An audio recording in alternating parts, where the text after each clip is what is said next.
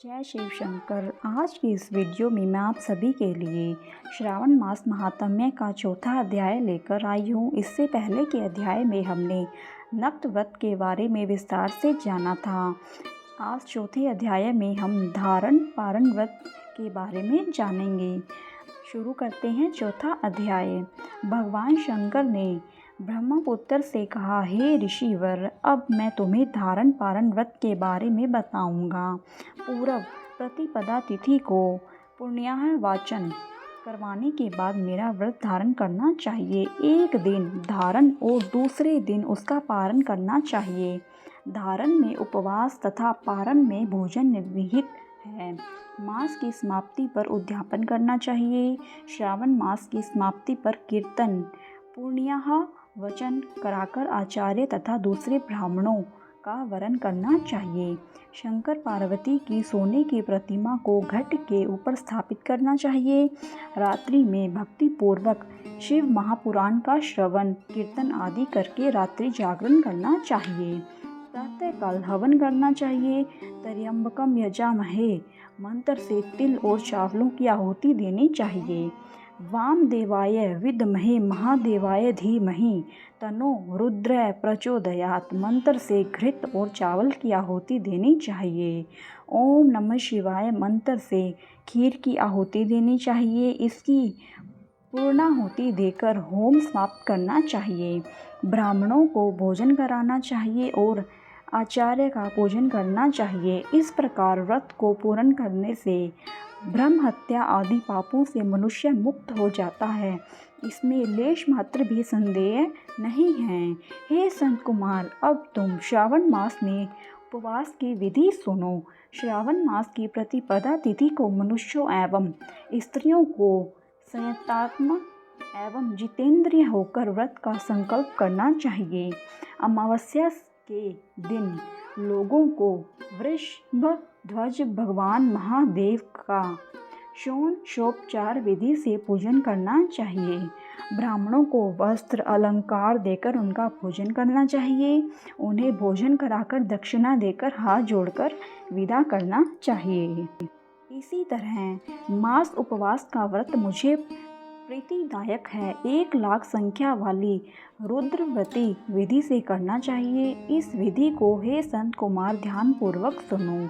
यह संपूर्ण सिद्धियों को देने वाली है। साधारण रुई की 11 बत्तियां निर्मित करें।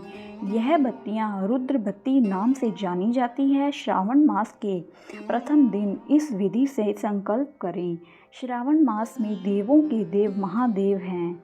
मैं भक्ति पूर्वक गौरीश की 1,00,000 बत्तियों से आरती करूँगा।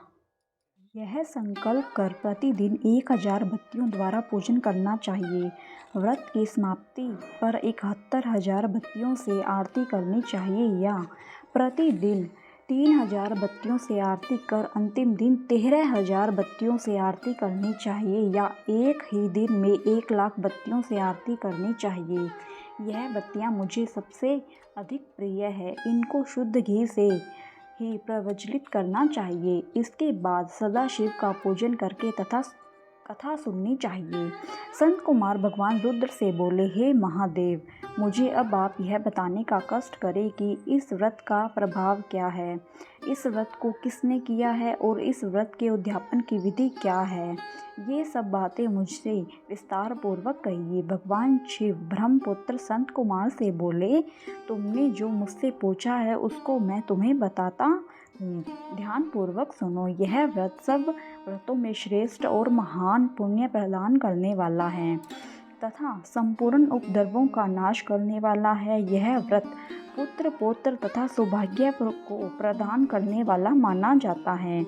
सत्य तो यह है कि तीनों लोकों में रुद्रव्रती जैसा कोई दूसरा व्रत नहीं है। इसके संबंध में मैं तुम्हें यह कथा सुनाता हूँ। क्षिप्रा नदी के किनारे उज्जैनी नाम की एक सुंदर नगरी है। उस नगर में सुगंधा नाम की एक अत्यंत सुंदर वैश्या रहती थी। उस वैश्या ने कई युवा पुरुषों तथा ब्राह्मणों के धर्म भ्रष्ट किए। बार बार बहुत से राजाओं तथा राजकुमारों को भी गाड़ा। इस प्रकार उसने अनेकों व्यक्तियों को बुरी तरह से लूटा और लूटने के बाद धक्के देकर घर से बाहर निकाल दिया। अब वे सम्मानित नागरिक शर्म के मारे किसी को अपना मुँह तक न दिखा सकते थे। उस सुगंधा वेश्या के शरीर से निकली सुगंधी एक कोस तक फैलती रहती थी। पृथ्वी पर उसके रूप लावण्य की ख्याति दूर दूर तक फैल गई। वह गायन विद्या में 6 राग तथा 36 रागनियों में निपुण थी। नृत्य में वह रंभा आदि देवंगनाओं को पीछे छोड़ चुकी थी। एक बार वह वेश्या क्षिप्रा नदी के तट पर गई। वहाँ उसने सब और ऋषियों को देखा। कुछ ब्राह्मण स्नान कर रहे थे तो कुछ भगवान शिव या भगवान विष्णु की अर्चना कर रहे थे। उसने वहाँ ऋषि वशिष्ठ को बैठे देखा। उनके दर्शन मात्र के प्रभाव से उस वैश्या की बुद्धि परिवर्तित हो गई। उसका मन वैश्या के जीवन तथा विषयों से हट गया। वह वैश्या महर्षि वशिष्ठ के चरणों में गिरकर अपने पाप कर्मों के नाश का उपाय पूछने लगी। सुगंधा वैश्या ने कहा, प्रभु, मैंने आज तक बहुत पाप किए हैं। आप मुझे उन पापों से छुटकारा दिलाने का कोई उपाय बताइए। महर्षि वशिष्ठ उस वैश्या की बात सुनकर बोले, तुम मेरी बात ध्यानपूर्वक सुनो। तेरे पापों का नाश किस पुण्य के करने से होगा, वह सब उपाय मैं तुम्हें बताता हूँ। तू वाराणसी में जाकर रुद्रवती नामक व्रत को कर। यह व्रत महान पुण्य देने वाला तथा शिव शंकर की भक्ति में मन को लगाने वाला है। इस व्रत को करने से तुम्हारी सद्गति हो सकती है।